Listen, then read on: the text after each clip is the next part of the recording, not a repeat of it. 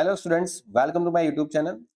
तो देखो students, university की जो हर बार कुछ कन्वर्जन मतलब बोलते हैं ना, इंग्लिश और गुजराती के जो कन्वर्जन में हमेशा थोड़ी बहुत मिस्टेक रहती है। तो उस हिसाब से मैं आपको यहाँ पर बताऊं तो देखो, दो तीन चीजें हैं जो इस पेपर के अंदर अलग अलग ओपिनियन के हिसाब से दोनों आंसर भी कई बार क्वेश्चन के अंदर राइट हो सकते हैं। जैसे मैं यहाँ पर बताऊं कि पहला एमसीक्यू ऐसा है कि जिसमें ऑडिट इन डेप्थ बोला है। अब ऑडिट इन डेप्थ में हम लोगों ने क्या समझा था कि आप कुछ ट्रांजेक्शन को सिलेक्ट करते हो, मतलब कुछ ट्रांजेक्शन को आप सिलेक्ट करते हो और उसको स्टार्टिंग से लेके एंड तक आप पूरा वेरीफाई करते हो। तो यहाँ पर डिटेल ऑडिट हो जाता है एकदम स्टार्टिंग से लेके एंड तक। तो ऑप्शन सी भी आपका पॉसिबल हो सकता है, क्योंकि आप सारे ट्रांजेक्शन नहीं सिलेक्ट करो, ओनली फ्यू सिलेक्टेड ट्रांजेक्शन को ही डिटेल में चेक करोगे। आप उसकी डेफिनेशन पढ़ोगे ना, तो वहां पर लिखा है कि ओनली सिलेक्टिव फ्यू ट्रांजेक्शन, और फिर उसको डिटेल चेक करोगे।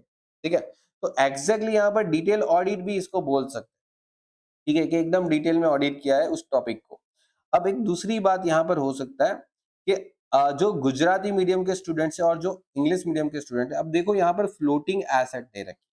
तो फ्लोटिंग एसेट दे रखी है, इसका मतलब ऐसी एसेट हो जाती है जिसका वैल्यू और जिसका जो क्वांटिटी है, वैल्यू और क्वांटिटी मतलब प्राइस या तो क्वांटिटी डेली अप डाउन होता रहता है। जैसे लाइक स्टॉक होता है, आपकी दुकान में स्टॉक पड़ा है, ठीक है, तो स्टॉक तो आप डेली बेचते भी रहते हो, ठीक है, उसका मार्केट वैल्यू भी मतलब चेंज होते रहता है शॉर्ट टर्म पीरियड में, तो उसको बोलते हैं फ्लोटिंग एसेट। और स्टॉक के केस में मार्केट वैल्यू और जो उसकी कॉस्ट वैल्यू होती है उसमें से लेस वैल्यू पे दिखाते हैं। ठीक है, अब यही सेम चीज अगर आप गुजराती मीडियम में देखते हो, तो देखो गुजराती मीडियम में इस बार उन्होंने क्या छाप दिया। देखो यहाँ पर गुजराती मीडियम में उन्होंने छाप दिया घसाती जती मिलकत। घसाती जती मिलकत, ओके। अब घसाती जती मिलकत मतलब कि मिलकत जो होती है, ठीक है, मतलब जो एसेट है वो फिक्स एसेट की बात हो गई यहाँ पर। तो क्योंकि घसाती जती मिलकत का मतलब क्या हो जाता है कि ऐसी मिलकत जिसके ऊपर आप डेप्रिसिएशन गिनते हो, ठीक है, तो वहां पर आपका आंसर डी आएगा। ओके, अब देखो दोनों में सिर्फ वर्डिंग के चेंजेस के कारण ऐसा हो गया। यहाँ पर घसाती जती मतलब यूनिवर्सिटी को नहीं लिखना चाहिए, ठीक है। जैसे कि लाइक फ्लोटिंग एसेट का गुजराती अगर आप करते हो तो चलित मिलकत, ओके, अस्थिर अस्थिर मिलकत, ओके, अस्थिर मिलकत लिखी सकाय, अस्थिर मिलकत, ओके, ऐसा कुछ लिखना चाहिए। मतलब देखो गुजराती और इंग्लिश में ये एक थोड़ा सा चेंजेस हो सकता है। अब देखो ऑप्शन कौन सा है वो तो बाद में ही पता चलेगा जब रिजल्ट आएगा।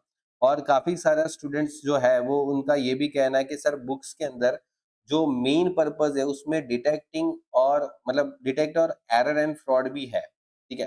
तो आप अगर कई बार गूगल पे सर्च मारोगे या फिर आप अलग अलग रेफरेंस बुक को देखते हो ना, तो कई बार ऐसा होता है ना कि दो ऑप्शन भी एक जैसे लगते हैं कि, और देखो बहुत सारी ऐसी भी बुक्स है जिसमें सेम एमसीक्यू भी है और सेम एमसीक्यू में दोनों एमसीक्यू के अंदर अलग अलग आंसर भी दिए, ठीक है।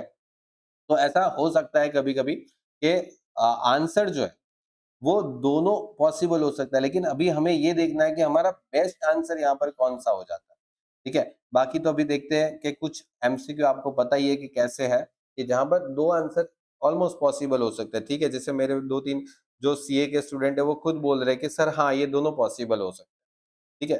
क्योंकि सिंपल सी बात है, यहाँ पर अगर आप बुक्स पढ़ते हो तो आपको ये सब वर्ड उसके पर्पस में भी मिलते रहते हैं, ठीक है।